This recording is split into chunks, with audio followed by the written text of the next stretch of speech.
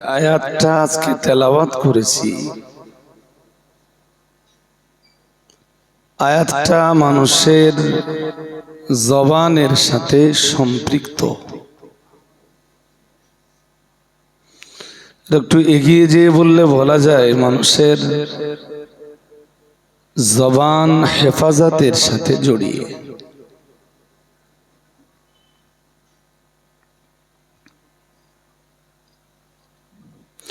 মা ইয়ালফিযু মিন কাওলিন ইল্লা লাদাইহি রাকীবুন আতীদ।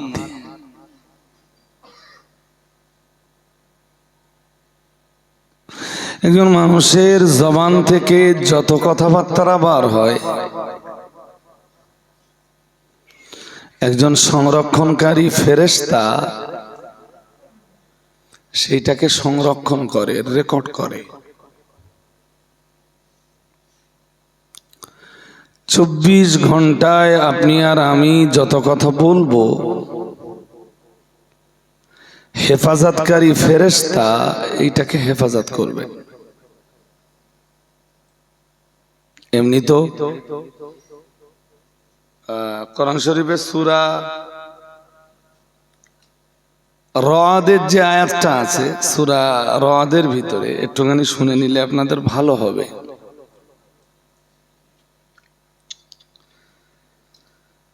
আয়াতটা হলো লাহু মুআক্কিবাতুম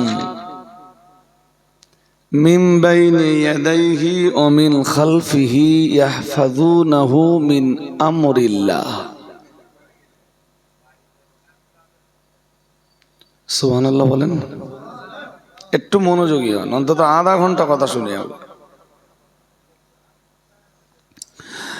মানুষের হেফাজতের জন্য কিছু ফেরেশতা নিয়োজিত আছেন।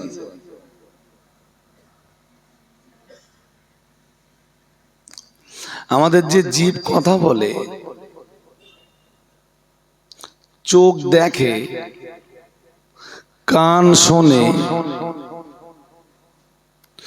তো এইগুলো ঠিকঠাক ভাবে পরিচালিত হওয়ার জন্য আল্লাহ ফেরেশতা নিয়োগ দিয়ে রেখেছেন। সুবহানাল্লাহ বলেন। আমরা যখন চলি রাস্তা দিয়ে, তো আমাদের হেফাজতের জন্য ফেরেশতা থাকে, সিকিউরিটি।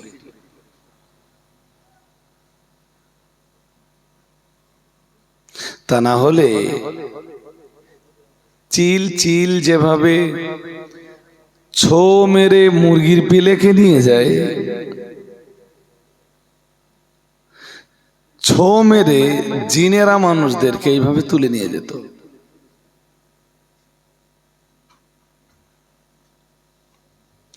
এই যে জীব কথা বলছে না, জীবে একজন ফেরেশতা আছে। আমার দিকে তাকান, এই যে চোখের পলক পড়ছে, দুই চোখে আল্লাহ দুজন ফেরেশতা নিয়োগ দিয়ে রেখেছেন। সূরা রদের যে আয়াতটা পড়লাম এক্ষুনি, লাহু মুআক্কিবাতুম মিন বাইনি ইয়াদাইহি ওয়া মিন খালফিহি ইয়াহফাযুনাহু মিন আমরিল্লাহ। আল্লাহ বলছেন তারা মানবমণ্ডলীকে হেফাজত করে আল্লাহর হুকুম অনুযায়ী। সুবহানাল্লাহ বলুন। ঠিক সূরা কফ 26 পারা সূরা কফের ভিতরে আল্লাহ বলেন, মা ইয়ালফিযু মিন কাওলিন ইল্লা লাদাইহি রাকীবুন আতীদ। মানুষ যেই সব কথাবার্তা বলে, এইগুলো সংরক্ষণ করার জন্য আল্লাহ একজন ফেরেশতা নিয়োগ দিয়ে রেখেছে।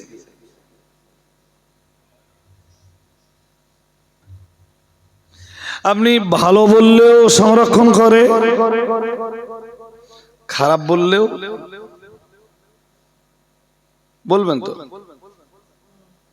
যখন আপনার জিভ তাসবিহ পড়ে তখনও সংরক্ষণ করা হয়, আবার যখন জিভ গালিগালাজ করে তখনও সংরক্ষণ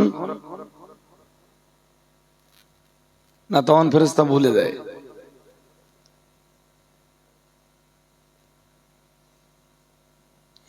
আজকের আমার বক্তব্যের একদম জিস্ট যেটা, সার কথা যেটা, আপনি জবান দিয়ে খারাপ কথা বলেন না, গালিগালাজ বলি, অশ্রাব্য কোনো ভাষা বলি, কিছুই বলেন না। শুনছেন নাকি? একদম ব্যবহার করেন না।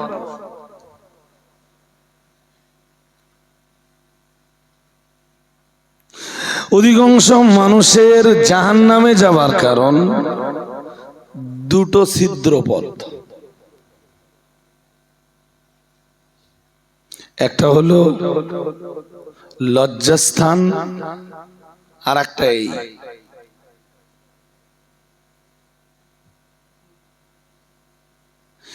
এই দুটো ছিদ্রপথের কারণে বিরাট অংশের একটা মানুষ জাহান্নামী।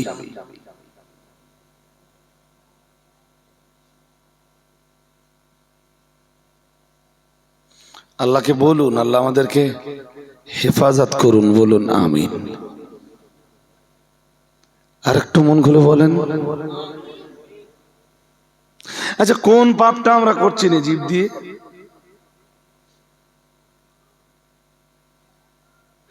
জীবের একটা পাপ হলো মিথ্যা বলা। ছোট পাপ না। লানাতাল্লাহি আলাল কাযিবিন, মহান আল্লাহ জানিয়েছেন মিথ্যাবাদীদের উপরে লানাত, মিথ্যাবাদীদের উপরে লানাত নাযিল হয়।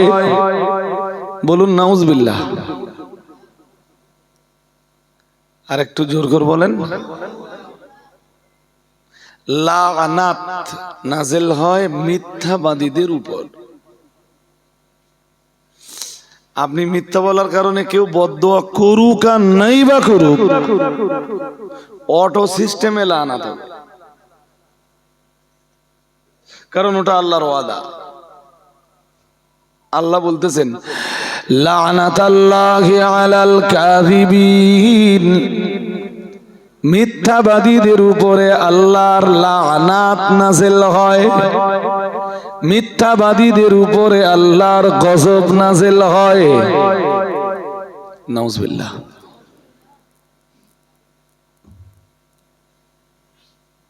আমার একটা পরামর্শ একটু নেন। জিভটাকে হেফাজতের জন্য ফার্স্ট টাইম মিথ্যাটা বলেন না।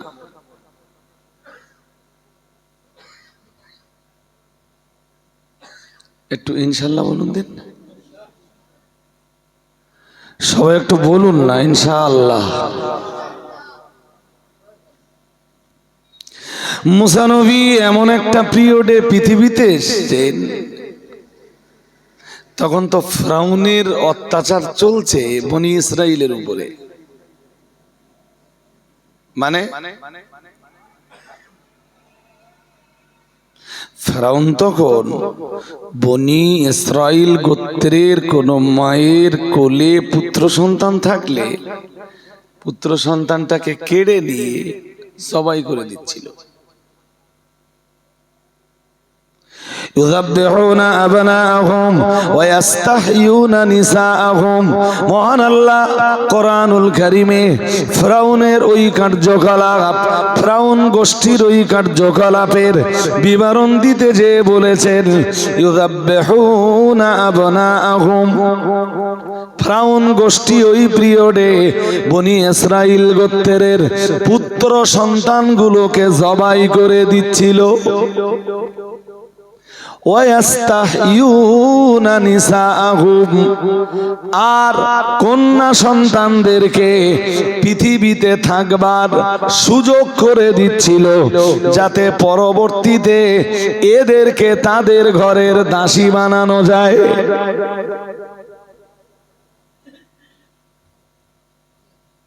শুনছেন নাকি? না ঘুম পাচ্ছে? একটু তাকবীর দেন, নারায়ে তাকবীর। জোর করে দিতে হবে, যাদের একটু ঘুম ঘুম পাচ্ছে যেন ভেঙে যায়। নারায়ে তাকবীর। আর একটু জোর দেন দেখি। মোটামুটি হয়ে যায়, মোটামুটি। আমার শরীর না ক্লান্ত, এমনি শরীর ঠিক আছে। সকালতে ধরেন একটা ওষুধ খাইনি, তা কি বলবো, শরীর ভালো আছে না? অসুস্থ তো তারা যারা পার ডে ওষুধ খায়। এটা আল্লাহর দয়া আছে, আমি এখনো ভালো আছি। একটু ঘুম ঘুম ঘুম ঘুম ভাব লাগতেছে, মানে ঘুমিয়ে পড়তে পারলে 2-4 ঘন্টা ঘুমিয়ে নিতে পারলে খুব সুবিধা হয়। যাক, সাহেবুদ্দিন সাহেব কোথায় গেল? সে লোকের আর দেখতিস না। যাক, এদিকে তাকান। আজও ফেরাউনের এজেন্ডা বাস্তবায়ন করার মানুষ পৃথিবীতে আছে। মানুষের রক্ত নিয়ে যারা খেলা করে, আমি কি বলবো, কাজটা কার?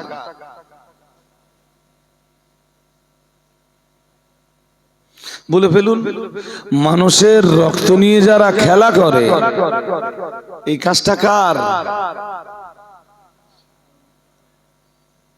তাহলে এ তো নবীর দলীয় লোক বলে দাবি করতে পারে না, এ তো ফেরাউনের দলীয় লোক।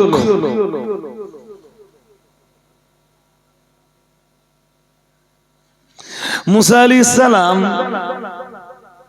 ঠিক ওই পিরিয়ডে মায়ের গর্ভে জায়গা নিয়েছেন, যখন বনি ইসরাইলের মায়েরা পুত্র সন্তান প্রসব করলে তাদের কাছ থেকে কেড়ে নিয়ে পুত্র সন্তানের গলায় ছুরি চালানো হচ্ছিল। আমার দিকে তাকাতে হবে, আমি খুব লম্বা করে তো বলবো না। মুসা আলাইহিস সালামের মা খুব টেনশনে ছিলেন, চিন্তায় ছিলেন, কি করব যদি পুত্র সন্তান হয়। আল্লাহ মেসেজ পাঠালেন, وأوحينا إلى أم موسى أن أرضعيه فإذا خفت عليه فالقيه في اليم ولا تخافي ولا تحزني إن ردوه إليك وجاعله من المرسلين। মহান আল্লাহ জানিয়েছেন, আল্লাহ পাক রব্বুল আলামিন জানিয়েছেন, ওই সময় আমি আল্লাহ আমার নবী মুসার মায়ের কাছে মেসেজ পাঠালাম, বার্তা পাঠালাম, তোমার পুত্র সন্তান হলে তুমি তোমার বাচ্চাকে দুধ পান করাতে থাকো। ফাইদা খিফতি আলাইহি, আর তোমার পুত্র সন্তানের ব্যাপারে যখন তুমি ভয় করবে যে ওরা তোমার পুত্র সন্তানকে তোমার কোল থেকে কেড়ে নিতে পারে, ফালকিহি ফিল ইয়াম্মি, তখন তুমি তোমার এই পুত্র সন্তানকে নদীর পানিতে নিক্ষেপ করো। একটা বাক্সের ভিতরে রেখে তোমার ছেলেকে ভাসিয়ে দাও। মুসা আলাইহিস সালামের মা তাই করলেন। তবে আর একটা ওয়াদা আল্লাহ করলেন, বললেন ওয়ালা তাখাফি ওয়ালা তাহজানি, তুমি ভয়ও পেও না, চিন্তাও করো না। ইন্না রাদ্দুহু ইলাইকে, নিশ্চয়ই আমি আল্লাহ সময় হলে তোমার মুসাকে আবার তোমার কোলে ফিরিয়ে দেব। ওয়াজাইলুহু মিনাল মুরসালিন, আর তোমার মুসাকে আমি নবী বানাবো। আর একটু মন খুলে বলেন। মুসা আলাইহিস সালাম পৃথিবীতে এলেন, মা দুধ পান করাচ্ছিলেন। কিন্তু যখন মুসা আলাইহিস সালামের মা মুসা নবীর প্রতি সন্ত্রস্ত হয়ে গেলেন যে না আর গোপন করে রাখা যাবে না, তো আল্লাহর হুকুম তো ছিলই নদীর পানিতে নিক্ষেপ করো। তো মুসা আলাইহিস সালামের মা এক সুতোর মিস্ত্রির বাড়িতে গেলেন একটা বাক্স খুঁজতে। খুঁজে খুঁজে খুঁজে খুঁজে একটা ছোট্ট মতো বাক্স মুসা আলাইহিস সালামের মায়ের খুব পছন্দ হলো, যে এই বাক্সটা আমার মুসার জন্য যথেষ্ট হবে। মুসা আলাইহিস সালামের মা দাম দর করলেন, বললেন পয়সা যা লাগে দেবো, আমার এই বাক্সটা খুব পছন্দ। দোকানদারটা বেঁকে বসলো, বলে বাক্স বিক্রি আমি করব, তবে তুমি কি কাজে লাগাবো এটা বলতে হবে। মুসা আলাইহিস সালামের মায়ের কি মিথ্যা বলা অভ্যাস? একটু জোর করে বলবেন তো। হ্যাঁ, খুব স্লো হয়ে যাচ্ছেন আপনারা, তাহলে তো আর মোটেও কথা হবে না। তা মুসা আলাইহিস সালামের মা কিছুতে বলবেন না, বলে বাক্স কি কাজে লাগবে এটা তোমার জেনে লাভ কি?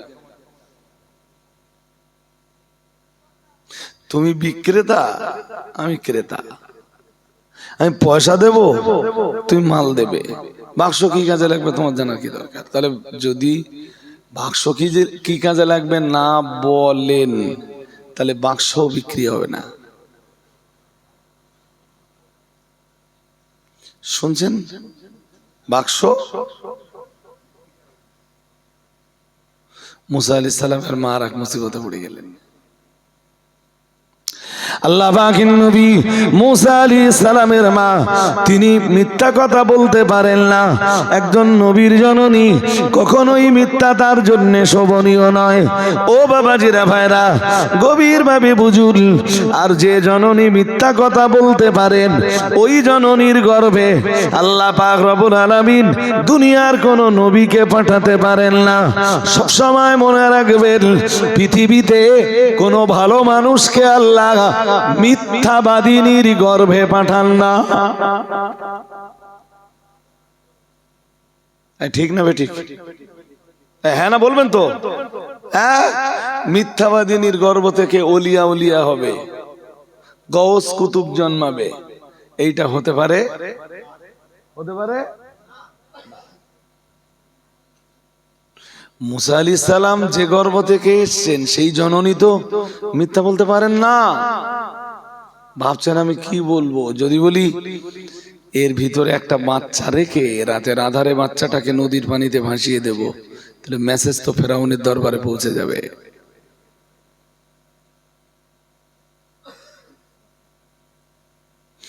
আবার যদি মিথ্যা কথা বলি, আল্লাহ তো অসন্তুষ্ট হয়ে যাবেন।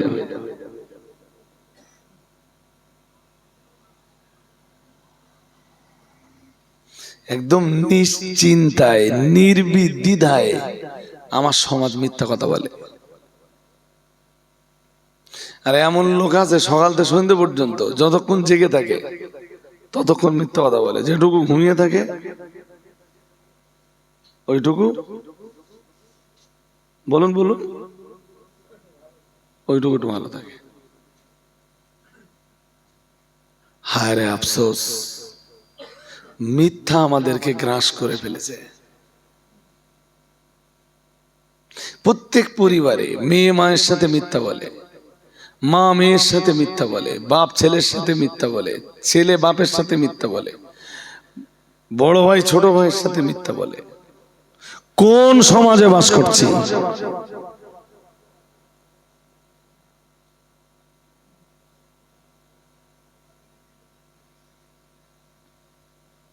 মুসা আলাইহিস সালামের মা তবুও সিদ্ধান্ত নিলেন, যা হবে হবে, যা ঘটবে ঘটবে, আমি মিথ্যা বলবো না।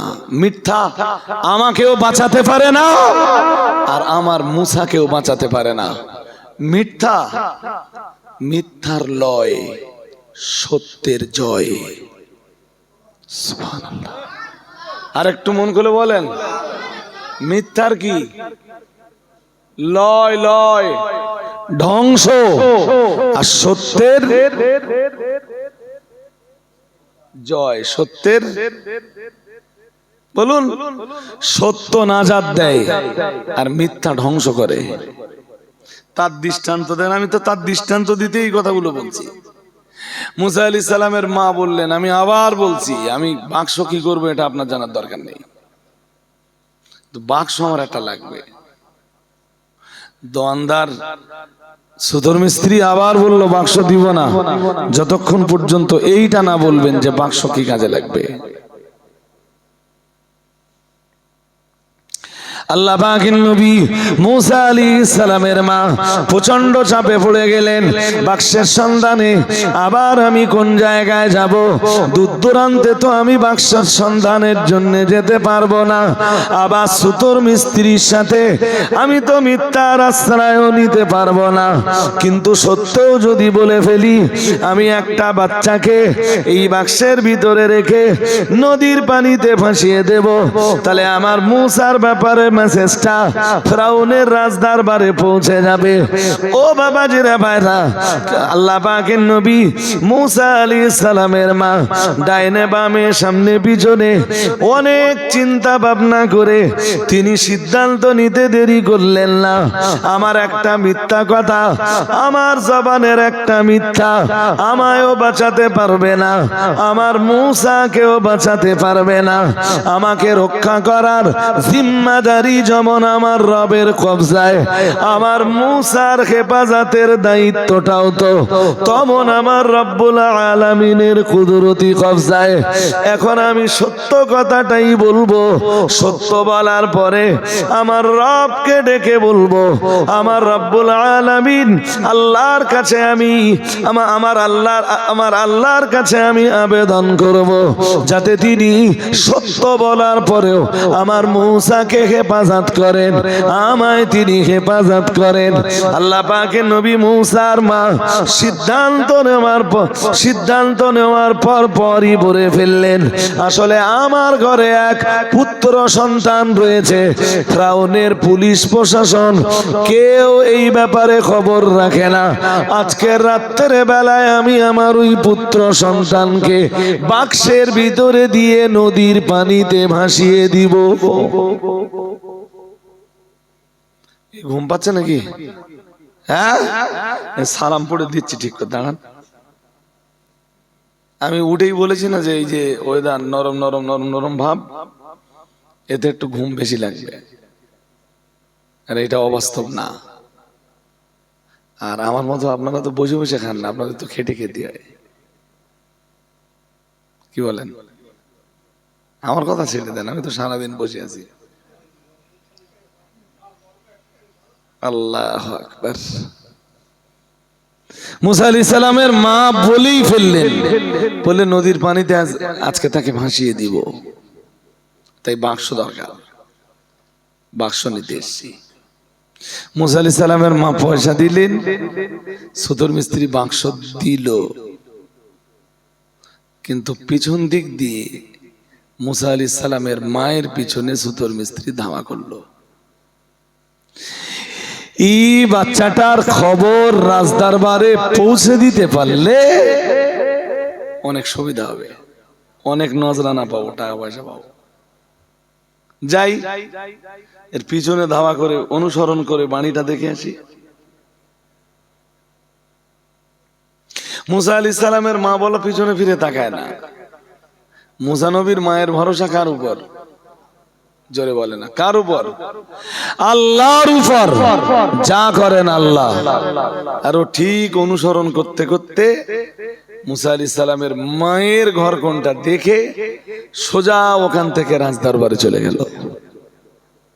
ফেরাউনের রাজদরবারে যে ফেরাউনকে বলল, ফেরাউনের পুলিশ প্রশাসনের সামনে দাঁড়িয়ে বলল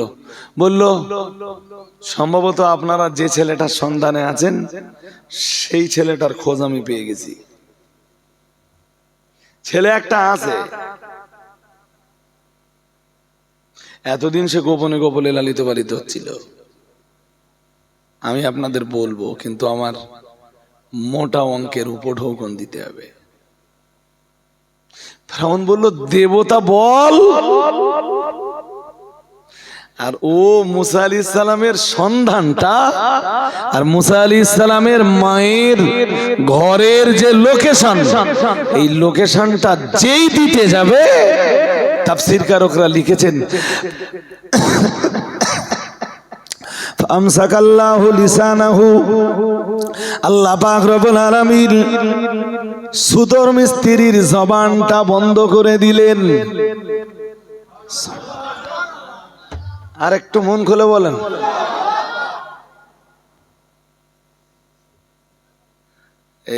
এতক্ষণ কথা বলছিল না, এই জবানের ভাষা এটা কেড়ে নিয়েছেন কে? জোরে বলেন। ও আর কথা যখন বলতে পারছে না, ও তখন হাতের ইশারা করে বোঝাচ্ছে। গোগারা কি করে? কথা বলে না, বলেন। বোবারা কি করে? ও তখন বোবার পাটলেছে, লে ইশারা করে বোঝাচ্ছে। আচ্ছা, এতক্ষণ যে কথা বলছিল, এইবার যদি সে বোবার পাট নেয় আর সেটা যদি ফেরাউনের রাজ দরবারে হয়, মায়ের পড়বে না পড়বে না? কথা বলে না, আর পড়বে নি? হ্যাঁ, ফেরাউনের পুলিশ ওরে ধরে আচ্ছা করে ঠেঙ্গে দিলে, বেরো রাজ দরবার থেকে, ধান্দাবাজি করতে এসো। নিয়ে কিছুদিন আসার পরে আল্লাহ ও জবানের ভাষা আবার ফিরিয়ে দিয়েছে। ও দাঁড়িয়ে গেছে, এই যে পারতেছি, বলতে পারতেছি, বলতে পারতেছি, তাহলে যাই বলে আসি, তার মানে কি? পিটাবার পিটাবার। এতক্ষণ যে জবান আটকে ছিল, এটা কার কুদরতের খেলা? জোরে বলে না। আল্লাহর কুদরতের খেলা। এখন আবার আল্লাহ খুলে দিয়েছে, মানে প্রথমবারের মারে হয়নি, ও আবার এসছে মিশরের রাজদরবারে। ফেরাউনের রাজদরবারে দাঁড়িয়ে বলছে, প্রথমবার কিসে কি হলো আমি জানি না, ওই বাচ্চাটার সন্ধান আমি যেই না দিতে যাব, ওই বাচ্চাটার মায়ের ঘর বাড়ির লোকেশন আমি যেই না বাতলে দিতে যাব, সঙ্গে সঙ্গে আমার জবানটা আটকে গেল। এবার আমি নিশ্চয়ই বলে দিতে পারবো।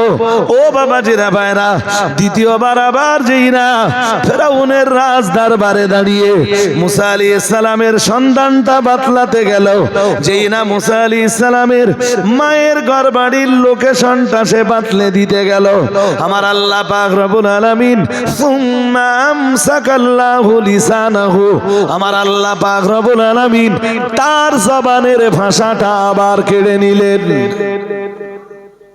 আর একটু মন খুলে বলেন। এই একই কেস, ও আর কথা বলতে পারতেছে না, ও হাতের ইশারায় বোঝাচ্ছে। কি ভাই সাহেব, মায়ের খাবে না খাবে না? হ্যাঁ, এই যে আমি নিজে তাফসীরের কিতাবে পড়েছি, সত্য কথা বলার গুণ এবং মিথ্যা বলার যে লয় ক্ষয়, আমি এইটা বোঝানোর জন্য এই কথা বলছি আপনাদের। এর চেয়ে বেশি কাজ করবো না তো। প্রচুর মিথ্যা প্রচার হচ্ছে দেশ জুড়ে, সোশ্যাল মিডিয়া, এবং ভালো ভালো লোক প্রচার করছে, ভালো ভালো সোশ্যাল মিডিয়ায় প্রচার হচ্ছে মিথ্যা প্রচার, জনগণ বিশ্বাসও করছে। জবাব দিতে হবে না? কথা বলে না, জবাব দিতে হবে না? হ্যাঁ, ফেরাউনের পুলিশ তো ওরে ধরে আচ্ছা করে দিয়ে দিলে, রাজ দরবার থেকে মার করে দিলে, ওর পিঠ তো মার খেয়ে পারে না। ও বাড়ির পথে রওনা দিয়েছে, বাড়ি যাই। কিছু দূর যাওয়ার পরে আল্লাহ ওর জবানটা আবার খুলে দিলেন। তার মানে আবার একটু মার খাওয়াবে তো? হ্যাঁ না বললে?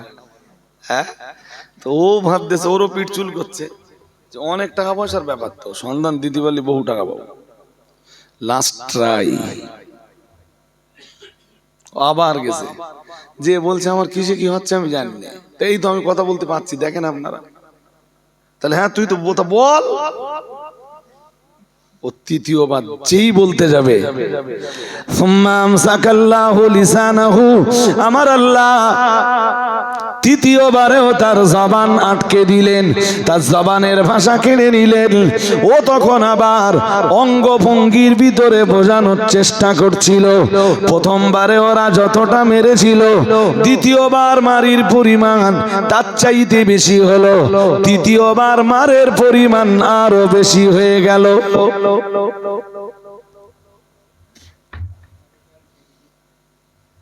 এই তা হওয়ারই তো কথা। ও মাইদর খেয়ে রাস্তায় এসে ওর জমান যখন খুলে গেল, আবার জ্ঞান ফিরল, না আজ যাব না, নিশ্চয়ই কিছু একটা হচ্ছে। ওই যে রমণী আমার দোকানে বাক্স নিতে এসেছিলেন, ওই রমণী আর ওই রমণীর সন্তান নিশ্চয়ই রবের কুদরতের নমুনা। আমি আজ যাব না, তবে ছেলেটাকে একবার দেখে আসি। সোজা মুসা আলাইহিস সালামের বাড়িতে এলো, মুসা নবীর মায়ের কাছে এসে বলল, আপনি না আমাকে ক্ষমা করে দেন। আল্লাহ পাকের নবী মুসা আলাইহিস সালামের মা বললেন, আপনি তো আমার কাছে কোনো অন্যায় করেননি, অযথা কেন আপনি আমার কাছে ক্ষমা চাইছেন? সুতার মিস্ত্রি বলল, আপনি আমায় তো কিছুতেই বলছিলেন না কাঠের বাক্সটা কি করবেন। আমি অত্যন্ত জবরদস্তি করে, বল প্রয়োগ করে আপনার কাছ থেকে জেনে নিয়েছিলাম। ওই খবরটাই আমি মিশরের রাজ দরবারে দেওয়ার জন্য আপনার পিছু পিছু এসে আপনার বাড়ির লোকেশন জেনে গিয়েছিলাম।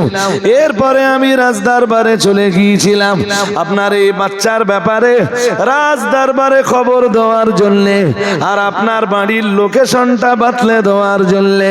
কিন্তু আমি যতবার মিশরের রাজ দরবারে আপনার বাড়ির লোকেশনটা দেওয়ার চেষ্টা করেছি, আর আপনার এই পুত্র সন্তানের ব্যাপারে খবর দেওয়ার চেষ্টা করেছি, আমার রব আমার জবান ততবার আটকে দিয়েছেন।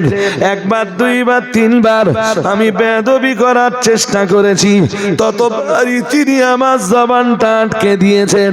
আমি বুঝতে পেরেছি আপনাদের মতো ভালো মানুষদের এগেনস্টে চক্রান্ত করার কারণে আল্লাহ পাক রব্বুল আলামিন আমার জবানের ভাষাটা তুলে নিয়েছিলেন। তাই আমার জ্ঞানের বিকাশ যখন হলো, আমি আপনার মতো এক জননীর কাছে ক্ষমা চাইবার জন্য হাজির হয়েছি।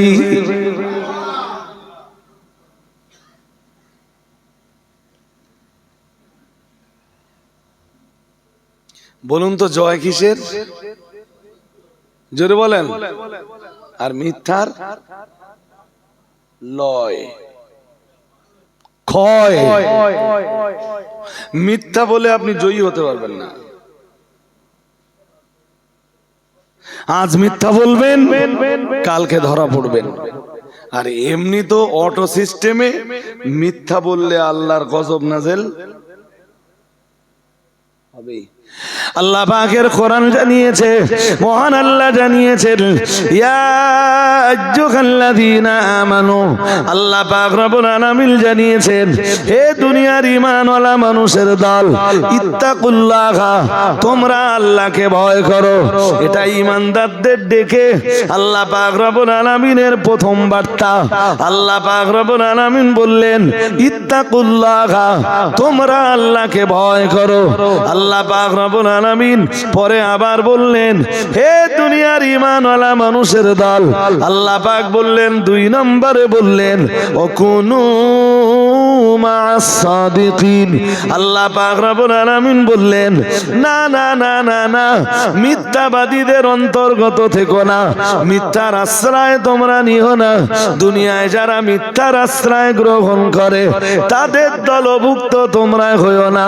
আমি আল্লাহ পাক রব্বুল আলামিন বলছি ইত্তাকুল্লাহ, তোমরা আল্লাহর ভয় করো। আর আল্লাহর ভয় যদি তোমাদের কলবে, আল্লাহর ভয় যদি তোমাদের অন্তরে জায়গা পায়, আমি আল্লাহ পাক রব্বুল আলামিন বলছি অকুনু মা'আস সাদিকিন, মহান আল্লাহ জানিয়েছেন তোমরা সত্যবাদীদের অন্তর্ভুক্ত হয়ে যাও। আর একটু মন খুলে বলেন, হ্যাঁ, মিথ্যাবাদীদের দলে থাকতে আল্লাহ নিষেধ করতেছেন, আর সত্যবাদীদের অন্তর্ভুক্ত হওয়ার নির্দেশ দিচ্ছেন। কে? জোরে বলে না। হ্যাঁ, আপনি নিয়ত করে নেন যে আমি কোনো কারণে মিথ্যা কথা বলবো না। হতে পারে অর্থনৈতিক কারণ, মিথ্যা কথা বলে কোনো মাল বিক্রি, বলুন বলুন, ভেজাল দেওয়া মাল খাঁটি বলে বিক্রি আমার দেশে হয় না। হ্যাঁ, আমার জীবনে আমি তাই ঠকেছি। আমার দোকানদার কি বলছে জানেন? ওই যে হুজুর আপনি বলে কেনা দামে দিয়ে দিছি, সেম মাল পরে কেউ একজন দেখে বললে হুজুর এর দাম আপনার কাছে 100 টাকা বেশি নিয়েছে। আর আমার দেওয়ার সময় কি সুন্দর বুঝকে দিলে, হুজুর আপনি বলে আমি আনন্দ করতে করতে বাড়িয়েছি যে আমি হুজুর লোক, আমার 100 টাকা কেনা দামে দিয়েছে, আমার কাছে লাভ করিনি। অর্থনীতি রাঙি নাই, সমাজনীতি রাঙি নাই, দাম্পত্য জীবনে রাঙি নাই, সাংসারিক জীবনে রাঙি নাই। কোন সময় আপনি মিথ্যার আশ্রয় নিতে পারবেন?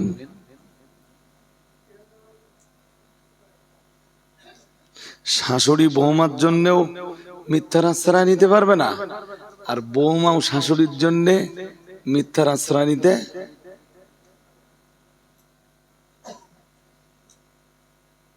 এসব তো এখন অ্যাভেলেবেল।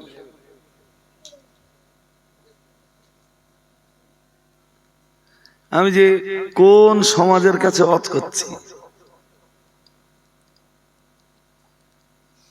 ব্যবসা বাণিজ্য, বিজনেস, কাজকাম সব জায়গায় মিথ্যা ঢুকে গেছে। সমাজনীতি, অর্থনীতি, রাষ্ট্রনীতি সব জায়গায় ধোঁকা আর মিথ্যা দুটোই ঢুকে পড়েছে।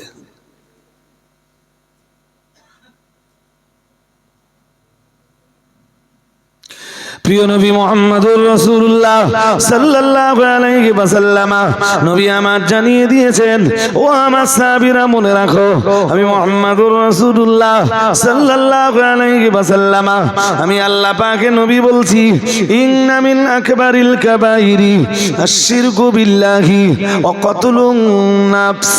দয়ার নবী মুহাম্মদুর রাসূলুল্লাহ সাল্লাল্লাহু আলাইহি ওয়াসাল্লাম আমার আল্লাহ নবী জানিয়ে দিয়েছেন, আল্লাহর আসমানের নিচে জমিনের উপরে যত বড় বড় বড় বড় গোনা রয়েছে, সবচাইতে বড় গোনা হলো, সাহাবীরা যেন বললেন হুজুর সবচাইতে বড় গোনাটা কি? প্রিয় নবী আমার বললেন আশ-শিরকু বিল্লাহ। ও আমার সাহাবীরা মনে রাখো, যত বড় বড় বড় বড় গোনা রয়েছে সবচাইতে বড় গোনা আশ-শিরকু বিল্লাহ, আল্লাহর সঙ্গে শরীক করা। আল্লাহ পাকের নবী সাহাবীরা যেন বললেন, তারপর মুহাম্মদুর রাসূলুল্লাহ সাল্লাল্লাহু আলাইহি ওয়াসাল্লাম নবী আমার বললেন, শিরকের পরে 2 নম্বরে সবচাইতে বড় গুনাহ কতলুন নাফস, যার বাংলা মানে হলো অকারণে মানব হত্যা করা।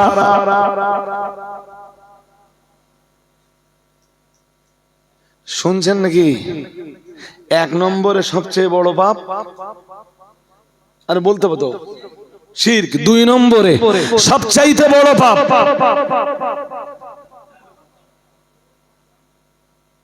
শক্তি আছে মানুষের লেটকে দিলে, তুমি জানো এটা কত বড় পাপ? পাওয়ার আছে 2 লোকের ধরে ঠেঙ্গে দিলে, জানো কত বড় পাপ? সে অর্থনীতির কারণে হোক, সমাজনীতির কারণে হোক, রাজনীতির কারণে হোক, যে নীতির কারণেই হোক, এ কাজ যারা করে শিরকের পরে সবচেয়ে বড় গুনাহ করে দেয়।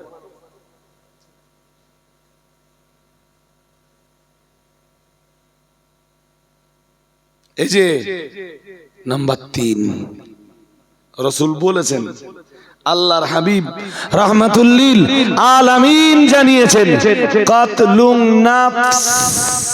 ৩ নম্বরে বলেন ওয়া উকুকুল ওয়ালিদাইন। জানো, ১ শিরক, ২ মানব হত্যা, ৩ সবচেয়ে বড় গুনাহ বাবা মায়ের অবাধ্যতা। বাবা মায়ের, জোরে বলেন, বাবা মায়ের নাফরমানি।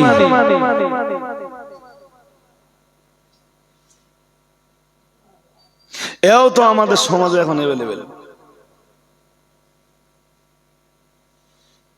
কত বাবা ৩-৪টে ছেলে, এরপরে বাবাও কষ্টে, মাও কষ্টে। জানি না এই ছেলেগুলোর বেঁচে থাকার দরকার কি? তোমার মা যদি তোমরা থাকতে কষ্ট পায়, তোমার বাবা যদি তোমরা থাকতে কষ্ট পায়, তোমাদের বেঁচে থাকার দরকার কি ছিল? তোমার বাবা যদি তোমাদের বেঁচে থাকা অবস্থায় ভিক্ষাবৃত্তি করে বেড়ায়, তোমাদের বাঁচবার দরকার কি ছিল?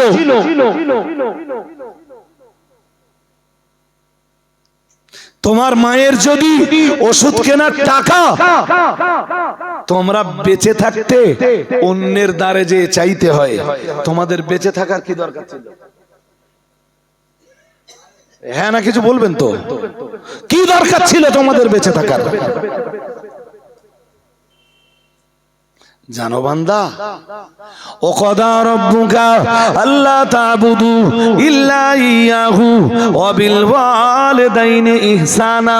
মহান আল্লাহ জানিয়েছেন 15 পারা সূরা বনী ইসরাঈলের 23 নম্বর আয়াতে, মহান আল্লাহ জানিয়েছেন ও কদা রব্বুকা আল্লা তা'বুদু ইল্লা ইয়াহু। মহান আল্লাহ জানিয়েছেন এটা তোমার রবের চূড়ান্ত ফয়সালা। আমরা জানো বললাম আল্লাহ চূড়ান্ত ফয়সালাটা কি? আল্লাহ পাক রব্বুল আলামিন জানিয়েছেন আল্লাহ তা'বুদু, তোমার রবের চূড়ান্ত ফয়সালা হলো আল্লাহ তা'বুদু ইল্লা ইয়াহু। তোমার রবের চূড়ান্ত ফয়সালা 1 নম্বরে তোমাদের রব ব্যতীত কারোর জন্য ইবাদত করতে পারবে না। ইবাদত শুধু তোমার রবের জন্যই করবে। সুবহানাল্লাহ। আর একটু মন খুলে বলেন, এটা তোমার রবের চূড়ান্ত সিদ্ধান্ত। শুধু সিদ্ধান্ত না, চূড়ান্ত। আমরা বললাম আমাদের রবের দ্বিতীয় সিদ্ধান্ত। আল্লাহ পাক রব্বুল আলামিন বললেন আর তোমাদের রবের দ্বিতীয় সিদ্ধান্ত হলো ওয়াবিল ওয়ালিদাইনি ইহসানা। মহান আল্লাহ বললেন তোমাদের রবের দ্বিতীয় সিদ্ধান্ত হলো তোমাদের রবের ইবাদতের পরে তোমরা তোমাদের বাবা মায়ের প্রতি সৎ ব্যবহার করবা। আর একটু মন খুলে বলেন, রব এখানে 2টো সিদ্ধান্তের কথা জানিয়েছেন। প্রথম সিদ্ধান্ত রবের ইবাদত, দ্বিতীয় সিদ্ধান্ত বাবা মায়ের প্রতি ভালো ব্যবহার। তাই তো নবী বলতেছেন যে পৃথিবীতে যত গুনাহ আছে সবচেয়ে বড়, বড়র বড়, সবচেয়ে বড় গুনাহ শিরক। 2 নম্বরে, কেউ কেউ বলেছেন 2 নম্বরে বাবা মায়ের অবাধ্যতা অবলম্বন করা, বাবা মাকে খেতে না দেওয়া, বাবা সামর্থ্য থাকার পরেও বাবা মায়ের ট্রিটমেন্টের খরচ না দেওয়া।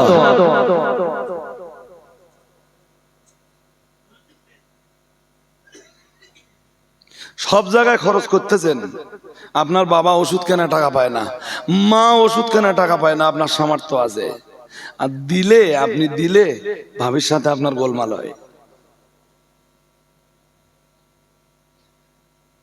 ওই তোরা বাদাম খাচ্ছিস না, আমার কথা শুনতেছি। এরা হ্যাঁ খাচ্ছ আর শুনতেছ, কদিন যাক বুঝতে পারবে এখন, সেই সময় এই কথা মনে হবে নি। ভুল বলে ফেলছি নাকি? দুই একটা ভাবি আছে না যে মা বাপের দিলি বাধা দেয়, হ্যাঁ কি বলে, বলে তোমার আরো ভাই আছে তো, তুমি একা দেবা কেন? ও যেন কামাই করে এনেছে, ওর মার কিছু হলে দেন, কোনো সমস্যা নেই, হ্যাঁ না কিছু বলে না, হ্যাঁ সমস্যা নেই। তা আপনার মার আর আপনার বাপের দিলি খুব ভীষণ সমস্যা, সংসারে আগুন লেগে যাবে পুরো। তোমার বাপের যদি ওষুধ কেনা টাকা এবার দেছ, তুমি আমার আসল চেহারা দেখতে পাবা। হাজারিন মজলিস, বক্তব্যের প্রাসঙ্গিকতা বাড়াবো না। কেউ কেউ বলেছেন এইটা 2 নম্বরে, মানে শিরিক 1 নম্বরে, আর 2 নম্বরে পিতামাতার অবাধ্যতা, 3 নম্বরে মানব হত্যা। আর যদি মানব হত্যাটা 2 নম্বরে ধরা হয়, তাহলে 3 নম্বরে বাবা মায়ের অবাধ্যতা। রাসূল বলেছেন নাম্বার 4। আল্লাহ পাকের নবী জানিয়েছেন অকাউলুজ জুর, রাসূলুল্লাহ জানিয়েছেন 4 নম্বরে সবচাইতে বড় পাপ হলো মিথ্যা কথা বলা।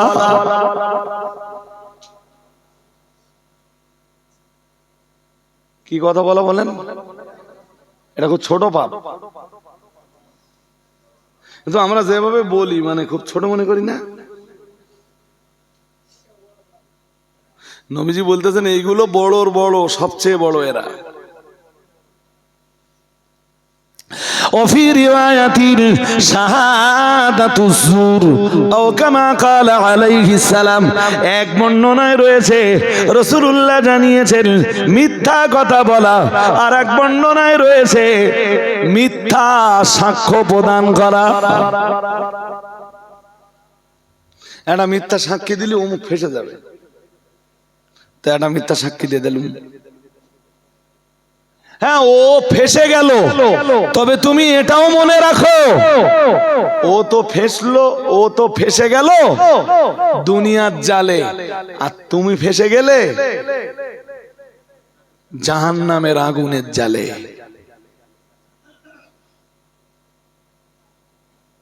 ও ভালো মানুষের নামেও মিথ্যা সাক্ষী দেওয়ার লোক, হ্যাঁ কিনা কিছু বলে না, আছে না নেই? নেই, অ্যাভেলেবেল অ্যাভেলেবেল।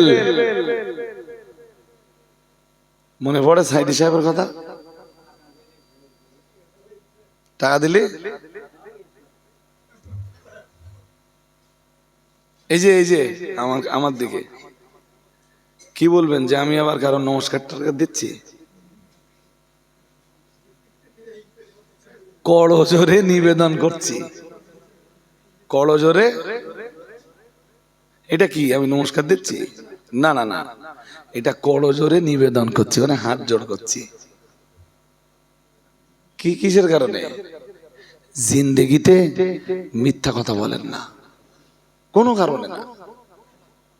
আজকে আমার কাছে জবান হেফাজতের ব্যাপারে একটা জিনিস নিয়ে মারি যান, শুধু আমি মিথ্যা কথা বলবো না, হুজুর ওয়াজ করে গেছে, যা হবে হবে। আমার 2-1 দিন দাওয়াতিন না ওভারলোড হয়ে যায়। ওভারলোড মানে ওই ধরুন কারোর দাওয়াত নিয়েছিলাম, তা লেখা হয়নি, এরকম হয় বছর সালে 2-1টা হয়। সেদিন ধরেন 3টে দাওয়াত আছে, তার উপরে ওই দাওয়াতটা আবার চাপে, মানে ওরা 2-3 দিন আগে খবর লেছে, তখন কাজ যাই আর কাজ যায়নি, তো মিথ্যার আশ্রয় নেই। পরিষ্কার বলে আলী ভাই, ফার্স্ট অপশন আমি যেতে পারছি না, যদি আমার জায়গায় কাউকে নিয়ে একটু মেকআপ দিতে পারেন, আমি আপনাদের কাছে ঋণী থেকে গেলাম, যদি আল্লাহ আমার বাঁচায় 5 বছর যে ইনশাল্লাহ করে দেব। সত্যি কথা বললে কি সমস্যা কি? যে কোনো কারণে ভাই আপনাদের তো ওভারলুক হয়েছে, আমার ডায়েরিতে লেখা হয়নি, আমার একটু ক্ষমার দৃষ্টিতে দেখেন। তারপরের অপশন, যদি যেতেই হয় তাহলে আমার এই পজিশন আছে, আমি সব জায়গায় যাব। আমি যাব তো 8 ঘন্টা না 40 মিনিট, 20 মিনিট না 35 মিনিট টাইম দেব, ওইটার দিকে তাকালে হবে না। শুধু আপনারা দাউদ করেছেন আর প্রচার করে ফেলেছেন। যেভাবেই হোক, যে অন্তত একটু আপনাদের সম্মানটা যাতে বাঁচে, লোকে আপনাদের যাতে চিটিংবাজ না বলে, টাইমের দিকে আপনারা দেখতে পারবেন না। যে কোনো একটা অপশানে এত তারা আসবে। আমিও আপনাদেরকে বলছি, কখনো মিথ্যা বলবেন না। সবাই একটু ইনশাল্লাহ বলেন, বলেন ইনশাআল্লাহ। উঠে দাঁড়ান, ছোট্ট করে একটু সালাম পড়ে নেই, তারপর দোয়া করবানি। ইয়া নবী সালাম। ও ততক্ষণ হয়ে যাবে।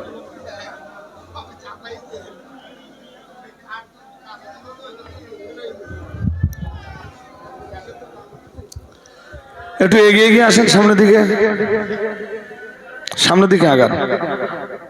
আমার আছে আপনার দিবানা, আপনি যে মোদের ঠিকানা, কবে যাব আবার মদিনা,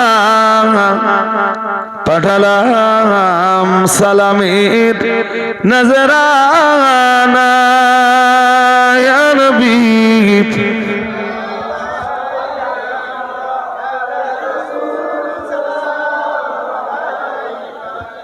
ইয়া হাবিবি সালাম আলাইকা,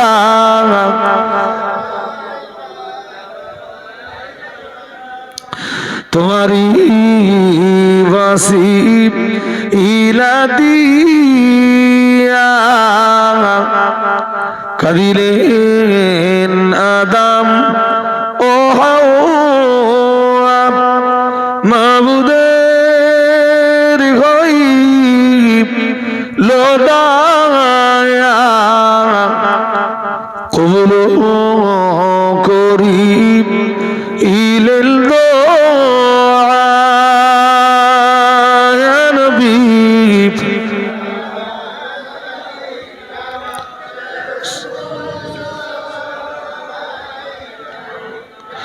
ইয়া হাবিবি সালাম আলাইকা,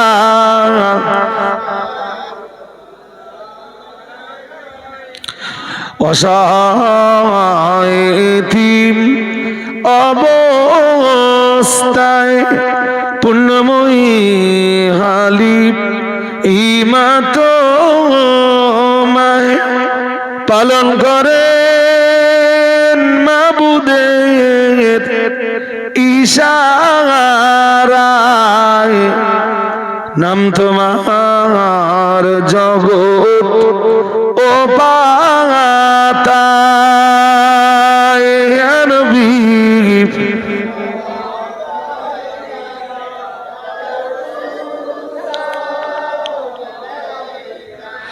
ইয়া হাবিবি সালাম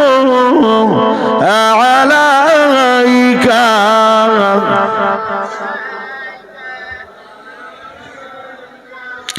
তোমারি ওয়াসিব লাদিয়া, কদিলেন আদম ও হাওয়া, মাবুদের গয়ব লোদায়া,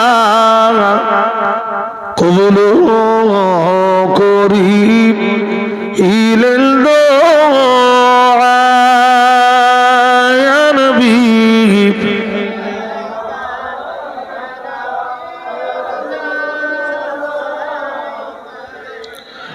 ইয়া হাবিবি সালাম আলাইকা,